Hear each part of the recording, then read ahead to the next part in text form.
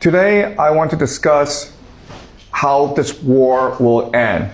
I cannot predict when this war will end, but I want to make certain predictions about how this war will end, okay? So to first understand how the war is going, let's look at some video clips, all right? So this is President Donald Trump. He's talking about the war.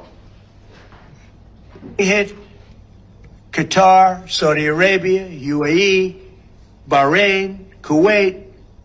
Nobody expected that. We were shocked. And the other one, they fought back. They could have yielded. But think of it, if we weren't around, they had tremendous power. They had thousands of missiles, most of which we've terminated. They had thousands of drones. They were making drones and missiles all over the place. We've knocked out most of those factories. So they hit. Okay, so what he's saying here is we went in expecting to hit them, kill their leadership, and then they would surrender. We didn't expect them to fight back.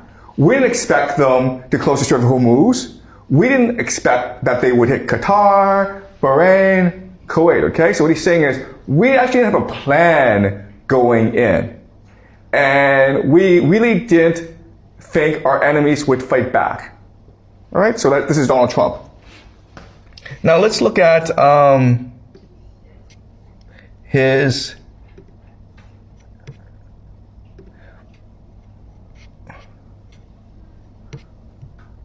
President's preference is always peace. There does not need to be any more death and destruction.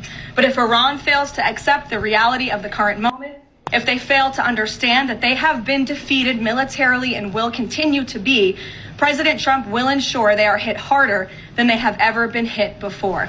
President Trump does not bluff, and he is prepared to unleash hell. Okay, so what is this is Trump Leavitt, and she's the press secretary for the White House. And what she's saying is, look, we've defeated these guys, but for whatever reason, the Iranians don't know that.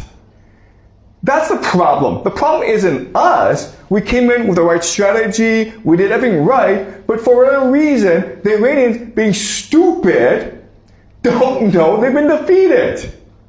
All right?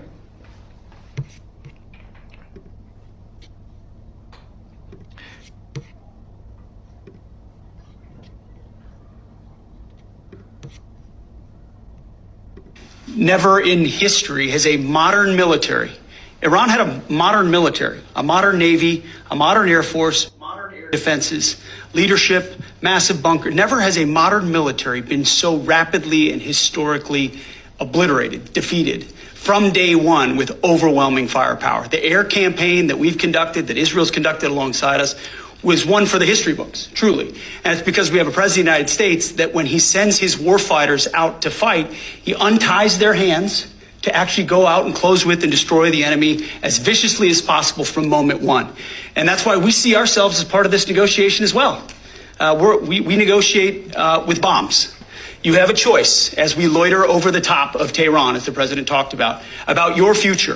The president has made it clear that you will not have a nuclear weapon. The War Department agrees. Our job is to ensure that. And so we're keeping our hand on that throttle as long as hard as it's necessary to ensure the interests of the United States of America are achieved. Okay, so this is Secretary of War Peter Hegseth, and he represents the Pentagon, the military.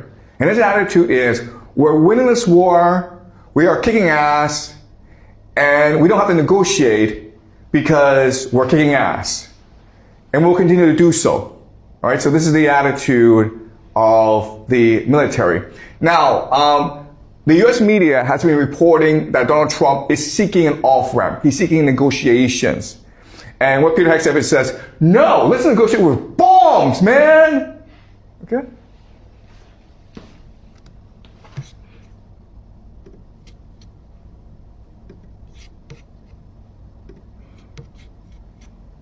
Plan across the administration and at Treasury.